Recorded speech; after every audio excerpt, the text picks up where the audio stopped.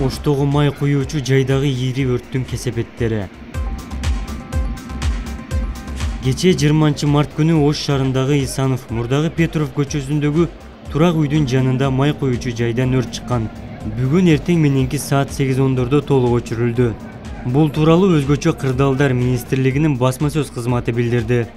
Кече кечки саат 20:15 башталган өрт 22:10 чектөөгө алынган.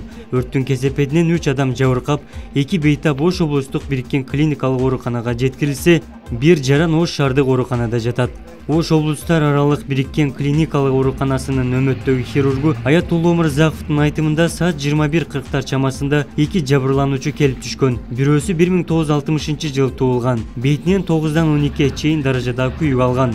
Ал эми экинчиси 1991-жылы туулган. Анын ичине жарылган цементтин калдыгы тийген. Учурда 2 бейтапка тең тийиштүү медициналык жардамдар берилүүдө. Күбөлөрдүн айтымында аталган жай ман үлгүсүндөгү май ташуучу унаа май коюп кеткенден кийин жарылган. Жана ага жакын жайгашкан көп кабаттуу үйлөрдүн терезелери сынып кеткен. Өрт чыккан жерге Ош шаарынын мэри Талайбек Сарбашев да барган. Мыйзамсыз иштеген май коюучу жайлар мыйзамдын негизинде каралып, талапка жооп бербегендер алынат. Шаар тургундарынан да кабар алабыз. Жардам керек болсо ар дайым даярбыз, деди Талайбек Сарбашев. Булак турмуш KG.